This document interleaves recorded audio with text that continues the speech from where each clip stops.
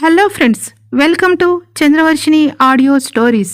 నిన్నే ప్రేమిస్తా, ఒక సీఈఓ ప్రేమ కథ, పార్ట్ 127. స్టోరీలోకి వెళ్ళబోయే ముందు చిన్న రిక్వెస్ట్. నిన్న నేను వీడియో పెట్టాలనుకున్నాను, కానీ ఇంటి నిండా బంధువులు, పండుగ హడావిడి, దాంతో నేను అప్లోడ్ చేయలేకపోయాను. మరొక విషయం, ఈరోజు నేను టెక్స్ట్ పెట్టలేను. ప్లీజ్ ఒట్టి థంబ్నెయిల్ పెట్టి స్టోరీ ఇస్తాను, గమనించండి. స్టోరీ విన్న వెంటనే లైక్ చేసి కామెంట్ పెట్టండి. అలాగే ఫస్ట్ టైం నా ఛానల్ని చూస్తున్న వాళ్ళు ఎవరైనా ఉంటే దయచేసి సబ్స్క్రైబ్ చేసుకోండి. Thank you. ఇక మనం స్టోరీలోకి వెళ్ళిపోదాం.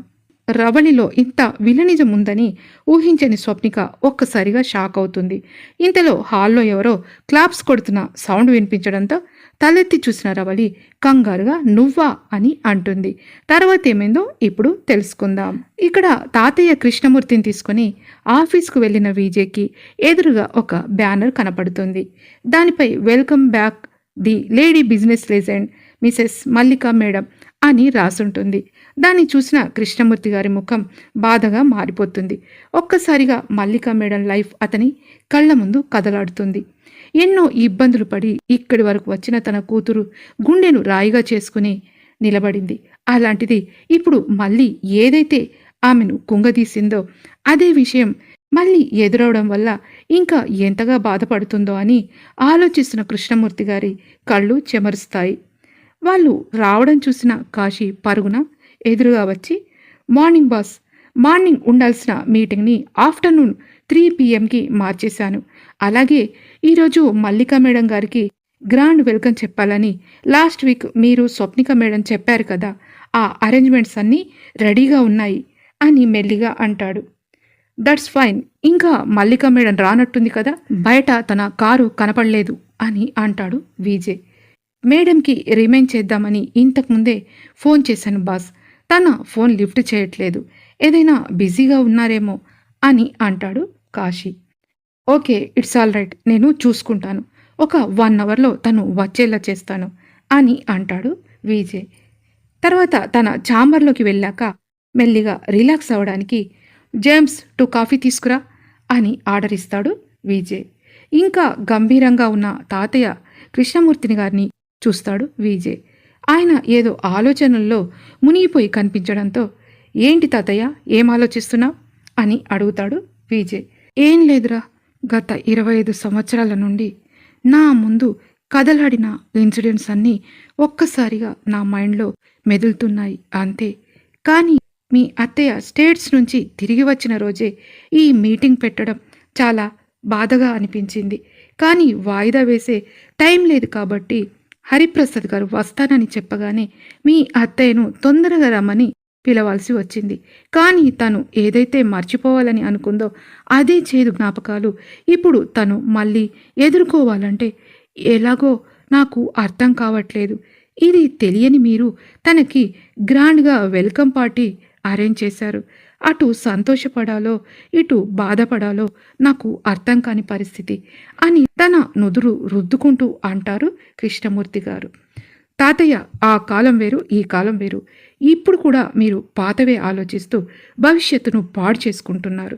అయ్యిందేదో అయ్యింది, దానిని మనం మార్చలేము. కానీ దాన్ని తిరగరాసిన వాడే అసలైన విన్నర్. ఆ 25 ఇయర్స్ కింద జరిగిన ఇన్సిడెంట్ గురించి మీరు మర్చిపోండి. అత్తయ్యను సేవ్ చేసే రెస్పాన్సిబిలిటీ నాది అని సీరియస్గా అంటాడు విజయ్. ఇంతలో జేమ్స్ కాఫీ తీసుకొచ్చి టేబుల్పై పెట్టడంతో ఆ కప్పుని కృష్ణమూర్తి గారి వైపు నెడుతూ, మీరు ఆ డాక్యుమెంట్స్ గురించి, ఆ పర్సన్ గురించి మర్చిపోండి. ఇన్ టైంలో నేను అవన్నీ అరేంజ్ చేస్తాను, ఓకేనా ఓకేనా అని అంటాడు విజయ్. నాకు నీపై నమ్మకం ఉందిరా విజయ్. పాపం నా కూతురు మళ్ళీని చూస్తే జాలేస్తుందిరా. రవళి మొదటి నుండి అంతేరా.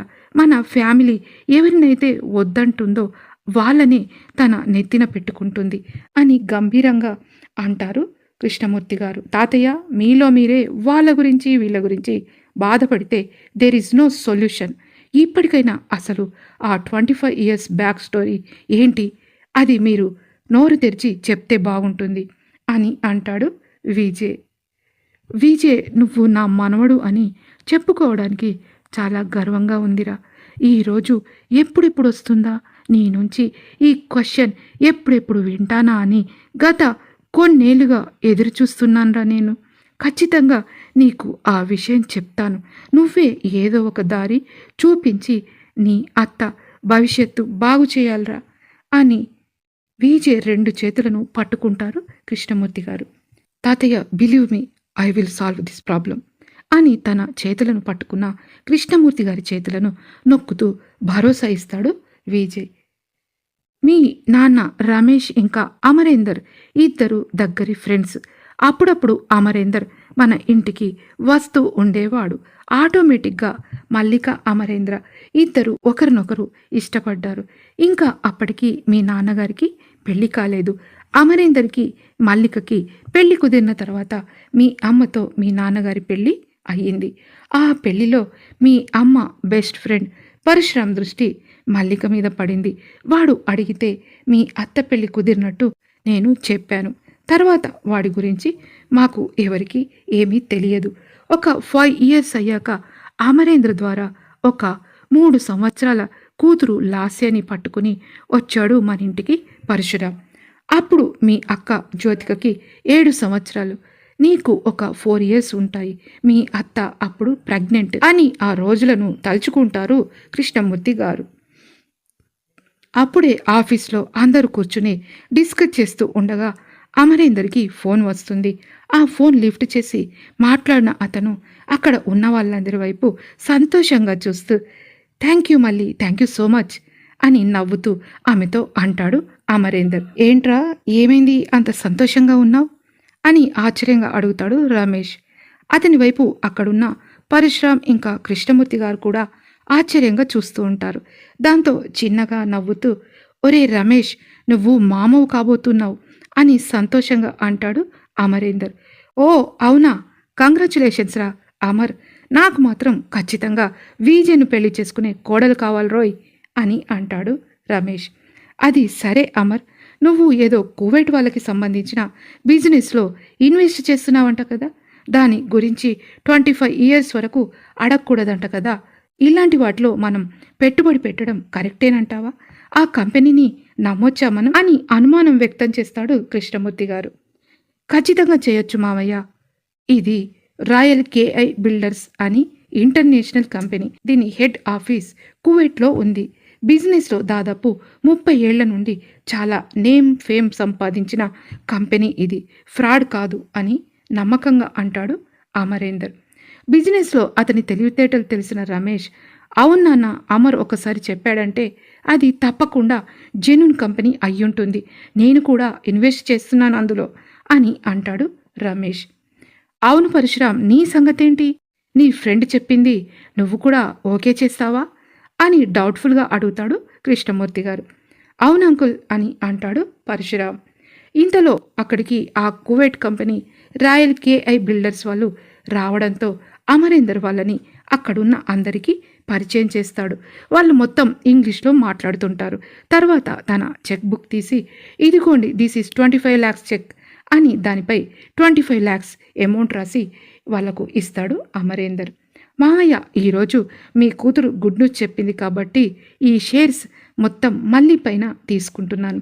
ఆఫ్టర్ 25 years అంటే 300 months తర్వాత ఇది దాదాపు 200 కోట్ల రూపాయలకు పెరిగే ఛాన్స్ ఉంది. ఇంకా పెరుగుతుంది తప్ప తగ్గదు అని అంటాడు అమరేందర్. తర్వాత రమేష్ ఒక 10 లక్షలు, పరశురామ్ ఒక 5 లక్షలు ఇన్వెస్ట్ చేస్తారు ఆ కంపెనీలో. అదంతా చెబుతూ గతం నుండి బయటకు వచ్చిన కృష్ణమూర్తి గారు ఒక చిన్న నిట్టూర్పు విడుస్తూ, తర్వాత చూస్తూ ఉండగానే రోజులు గడిచిపోయాయి. నేను రమేష్ ఇద్దరం బిజినెస్ టూర్ మీద ఒక వారం రోజులు లండన్ వెళ్ళాంరా. ఓ రాత్రి పురిటి నొప్పులు పడుతున్న మల్లికను హాస్పిటల్లో అడ్మిట్ చేసిన మెయిడ్ అమరేందర్కి ఫోన్ చేసి చెప్పాలని ఎంత ట్రై చేసినా అతని ఫోన్ కలవలేదంట. ఏ అర్ధరాత్రో రవళి రమేష్కి ఫోన్ చేసి అమరేందర్ తనతో మిస్బిహేవింగ్ చేశాడని ఏడుస్తూ చెప్పింది. నేను రమేష్ ఇద్దరము అసలు నమ్మకపోవడంతో తన ఫ్రెండ్ మీద ఉన్న నమ్మకం నీ భార్య మీద లేదా అని అరుస్తూ నానా హంగామా చేసింది రవళి. కావాలంటే పరశురాంని అడగమంటూ ఏడుస్తూ చెప్పింది. ఒక 2 రోజుల్లో ఇండియాకు వస్తామని, ఆమెను ఎవరి జోలికి పోకుండా జాగ్రత్తగా ఉండమని, వచ్చే వరకు ఎటువంటి డిసిషన్ తీసుకోవద్దని బ్రతిమిలాడాడు మీ నాన్న. తీరా 2 రోజులకు నేను మీ నాన్న వచ్చేసరికి జరగవలసిన ఘోరం జరిగిపోయింది. డెలివరీ అయిన మీ అత్త పక్కన పడుకొని కళ్ళు కూడా తెరవని తన కూతుర్ని అమరేందర్ ఎత్తుకుపోయాడు. అదే గొడవల్లో మీ అక్క కూడా ఎక్కడో తప్పిపోయింది అని చెబుతూ తన కళ్ళు తుడుచుకుంటాడు కృష్ణమూర్తి గారు. అదంతా విన్న విజయ్ ఒక్కసారిగా ఆలోచిస్తూ అలాగే సైలెంట్గా ఉండిపోతాడు. అయినా మొదటి నుండి మీ అమ్మకు మళ్ళీ అంటే కొంచెం పడకపోయేది. ఎంత తన పెళ్ళైనా మేమంతా మీ అత్తను ఈ ఇంటికి యువరాణిలా చూసేవాళ్ళం. తీరా అమరేందర్ కూడా మీ అత్తని తన గుండెల్లో పెట్టుకుని మహారాణిలా చూసుకునేవాడు. అది గిట్టని మీ అమ్మ ఎప్పుడు అత్తను కళ్ళల్లో పెట్టుకొని సూటిపోటి మాటలు అంటూనే ఉండేది. కానీ తన తత్వమే అంతా అని మేమంతా పట్టించుకునే వాళ్ళం కాదు. ఈ ఇన్సిడెంట్ అయిన తర్వాత మీ అమ్మ నానా హడావిడి చేసి మల్లికను అనరాని మాటలు అంది. అమరేందర్ ఒక ఉమనైజర్ అని, ఆమె వల్లే తన కూతురు తప్పిపోయిందని గొడవ పెట్టడంతో మల్లిక కుమిలిపోయింది. ఇక అప్పటి నుంచి మీ అమ్మ మాటలు మానేయడమే కాకుండా తన గడప తొక్కద్దని మారం చేయడంతో మేము మీ అత్త బాగోగులు చూసుకుంటూ తనను వేరే దగ్గర ఉంచి తనతో పాటు ఒకరి తర్వాత ఒకరం ఉంటూ ఈ ఇన్సిడెంట్ బయటకు రాకుండా కవర్ చేశాం. కానీ అత్తకు నువ్వు బాగా అలవాటు ఉండడంతో నువ్వు ఆమెపై బెంగతో హై ఫీవర్ తెచ్చుకొని కోమాలోకి పోయేలా ఉన్నావని డాక్టర్ చెప్పారు. దాంతో నీ కోసం మీ అమ్మ తన కోపాన్ని పక్కన పెట్టింది. కానీ ఇప్పటి వరకు అత్తతో మాట్లాడదు. ఎంత ప్రయత్నించినా అమరేందర్ ఎక్కడికి వెళ్ళాడు, అసలు ఆ రాత్రి ఏమైందో మాకు ఎవ్వరికీ ఇప్పటి వరకు తెలియలేదు. అది ఇప్పటికీ రహస్యంగానే ఉంది. రవళి మాత్రం డ్రింక్ చేసి ఇంటికి వచ్చిన అమరేందర్ తనని హెరాస్ చేయడంతో తను తప్పించుకుని పరశురాంకి ఫోన్ చేస్తే అతను తనని కాపాడి మెయిడ్స్తో చెప్పి అతన్ని బయటకు పంపించాడని చెప్పింది. పరశురాం కూడా తనకి రవళి ఫోన్ చేసిన తర్వాత అక్కడికి వచ్చానని చెప్పాడు. అవుట్ హౌస్లో ఉన్న మెయిడ్స్ కూడా అదే అన్నారు. దీని వెనక ఏంటి కారణం అన్నది ఒక్క అమరేందర్కు మాత్రమే తెలియాలి అని అంటారు కృష్ణమూర్తి గారు. అమరేందర్ ఆ లాకర్ నంబర్ తనకు ఎందుకు ఇచ్చాడో విజయ్కి అప్పుడు అర్థమవుతుంది. అందులో ఈ షేర్స్కు సంబంధించిన డాక్యుమెంట్స్ మొత్తం ఉండి ఉంటాయేమో. నాకు తెలిసి దీని వెనుక పరశురాం హ్యాండ్ ఏమైనా ఉందా? అమరేందర్ మంచి వ్యక్తిత్వం ఉన్న మనిషిని నేను మొదటిసారి చూసినప్పుడే నాకు అర్థమైంది. అలాంటి అతను చెల్లి లాంటి తన తల్లితో మిస్బిహేవింగ్ ఎందుకు చేస్తాడు? అతను అలా బిహేవ్ చేయకపోతే ఎంతటి దానికైనా తెగించే రవళి ఈ విషయంలో మాత్రం తను అబద్ధం చెప్పదు. అలాంటప్పుడు దీని వెనుక ఏం జరుగుంటుంది? వీళ్ళు విడిపోవడానికి ఆ షేర్స్కి ఏదో ఖచ్చితమైన సంబంధం ఉండే ఉంటుంది. దీనివల్ల ఎవరికి లాభమో వాళ్ళే ఈ ఇన్సిడెంట్కి కారకులై ఉంటారు. పోనీ ఈ షేర్స్ గురించి ఇంకెవరికైనా తెలిసిందా అంటే అది ఈ నలుగురికి మాత్రమే తెలుసు. నాన్న, తాతయ్య, మావయ్య, ఆ తర్వాత పరశురాం. వీళ్ళు ముగ్గురు మొదటి నుంచి ఒక్కింటి వాళ్ళు అన్నట్టే కదా. అందులో వేరేవాడు అంటే ఒక్క పరశురాం మాత్రమే అని రకరకాలుగా ఆలోచిస్తున్న విజయ్ తన ఫోన్ రింగ్ అవడంతో ఎవరా అని చూస్తే అది కాశీ నుండి వస్తుంది. వెంటనే ఫోన్ లిఫ్ట్ చేసి కాశీ, మల్లిక మేడం వచ్చారా అని అడుగుతాడు విజయ్. అటువైపు నుండి కాశీ ఏం చెప్పాడో ఏంటో వెంటనే, అవునా, నువ్వు చెప్పేది నిజమా? నేను ఇప్పుడే వస్తున్నా నాగు అని సీరియస్గా అంటాడు విజయ్. ఆ టైంలో అతన్ని చూడగానే కృష్ణమూర్తి గారు కూడా అయోమయంలో పడిపోయారు. ఎర్రబారిన కళ్ళతో అతని కండరాలన్నీ పైకి ఉబికి గ్రీన్ కలర్ వెయిన్స్ మొత్తం బయటకు కనిపిస్తుండగా ప్రళయ రుద్రుడిలా మారిపోయిన విజయ్ అక్కడి నుండి పెద్ద పెద్ద అడుగులు వేస్తూ తన ఛాంబర్ డోర్ తెచ్చుకుని బయటకు వెళ్తాడు. అతని వెనకే అయోమయంగా అడుగులు వేస్తారు కృష్ణమూర్తి గారు. అమరేందర్ తన కూతుర్ని ఎత్తుకొని వచ్చిన రాత్రి ఏమైంది? అతను నిజంగానే రవళితో మిస్బిహేవింగ్ చేశారా? దీని వెనుక అసలు కథ ఏంటి? ఇప్పుడు కాశీ విజయ్కు ఏమని ఫోన్ చేశాడు?